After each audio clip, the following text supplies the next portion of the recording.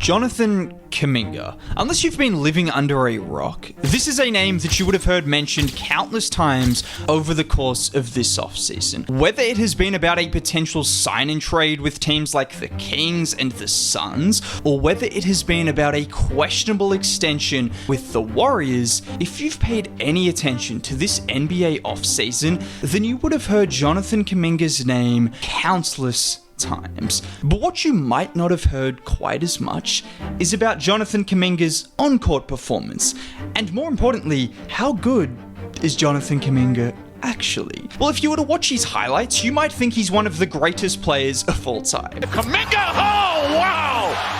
There's a stocking stuffer right there!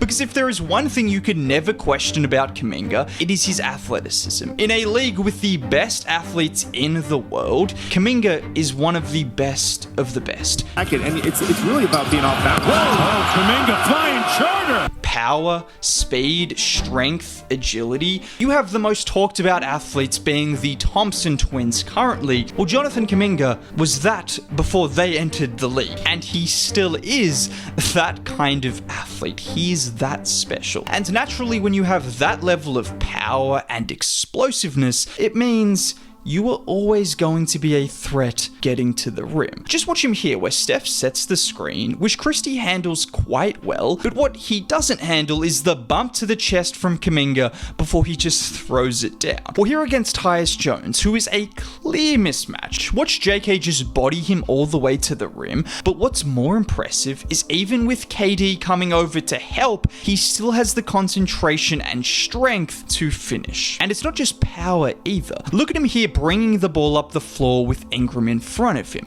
Look at the low gather and the little step around Ingram for the finish. And this is what is impressive about JK. Because obviously, he can dunk on anyone when he gets ahead of steam. But at the pace he attacks, he still has pretty soft touch around the rim. He's just capable of getting to the rim when he wants. This is what he does. He lives in the paint, with over 60% of his shots being within 10 feet over the last 2 years. That's in addition to averaging 5 free throw attempts per game last year in just 24 minutes, which would have been 7.5 per 36. You can question certain things about Jonathan Kuminga's game, which we will talk about, but there is zero question about his ability to get downhill, in transition, in the half court, coming off handoffs, even as a screener. He will pressure the rim, and he will also take some bodies with him. And when you look at Kuminga's numbers in general, 15 points a game the last 2 years,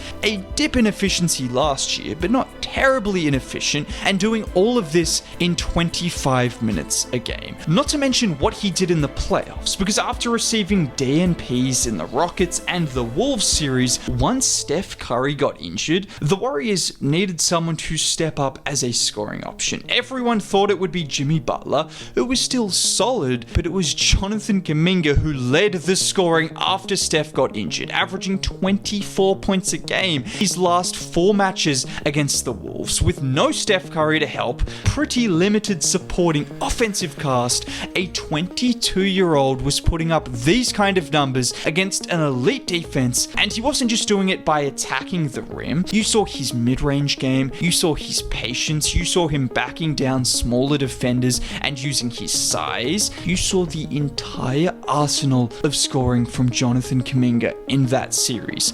So that begs the question, why on earth are the Warriors willing to let him go? And why on earth are more teams not desperate to sign a 22-year-old with these kind of traits? Well, that's a good question, and I think you have to look beyond his scoring to get that answer, because whilst he has all of the physical tools to be one of the best defenders in the league, and whilst people have talked about him becoming the Andre Iguodala of this Warriors team, doing what Andrew Wiggins did after he joined, the problem is Kuminga has just never really clicked defensively. He isn't a liability on that end of the floor, but ball watching, a lack of effort, a lack of fight over screens, he's just someone that clearly doesn't take the defensive side of the floor as seriously as he does his scoring. It's a big reason a guy like Moses Moody was starting over him, or even Brandon Pajemski. Both of those guys aren't as physically gifted, but they pop up in the right spots more often, they fight more often defensively, and also the shooting on top of it, which is another factor that you have to consider. Because whilst Kuminga has incredible traits as a scorer, he also isn't the easiest to fit onto an offense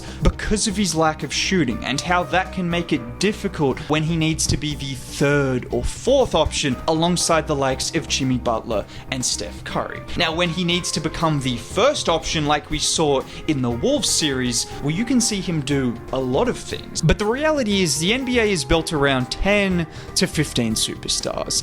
The next 20 best players are all-stars, and after that, everyone else needs to fit in. Right now, Jonathan Kuminga is not good enough to get all-star opportunity, to get an all-star role, so what he has to do is fit in. But when you're not a great shooter, when you are not a great playmaker, when you are not a great defender, it makes it more difficult for him to fit in. And whilst he has all of the ability to be better at all of those things, when you are playing on a team with Steph Curry and Jimmy Butler, you just have to be at that level mentally and physically. And one of those things that I just mentioned is his playmaking. This might be even holding him back more than the shooting. And it's not about him becoming a point forward. He doesn't need to be that. It's about him missing simple reads within the flow of the offense. Just take this play for example, where JK has DiVincenzo on him, which is a good matchup, but watch GP2 flash, and there is a good second of time where he is wide open, which would have created a 2-on-1 opportunity, and JK just misses it before going for a hook and missing that shot. And obviously he's capable of scoring there. It is not a bad matchup against Donte DiVincenzo, but the idea of basketball and what makes players great players is turning a good shot into a great shot. Kuminga seems to only really be able to do that for himself, and not even all the time either. And that is the problem. And this is why Jonathan Kuminga is so polarizing. This is why some Warriors fans will tell you he is terrible, and all of his good traits will be why some Warriors fans tell you he is a future superstar that you shouldn't trade. And the reality is, well, I guess it lies somewhere in between, as we saw when he was receiving DNPs at times and then came out and averaged 25 points a game against an elite defense. Kuminga has the traits to be a great scorer. He has the traits to be a great defensive player. Even if he doesn't become a great shooter or a great playmaker, those two traits alone would make him a very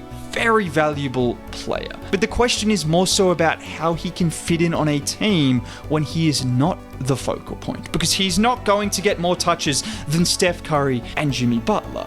What can you do as the third or fourth option to help your team win without hijacking the offense? And this is why guys like OG Anunoby and Mikal Bridges get paid so much, because they have mastered that ability. Cam Johnson, all of these guys who are definitely not as physically gifted, or maybe just not as talented as Jonathan Kuminga, but they found a role and they found a way to succeed in that role consistently, which Kuminga needs to find if he wants to get paid the amount of money he wants. Or the other solution is him just turning into a superstar, which, I mean, I guess it's possible.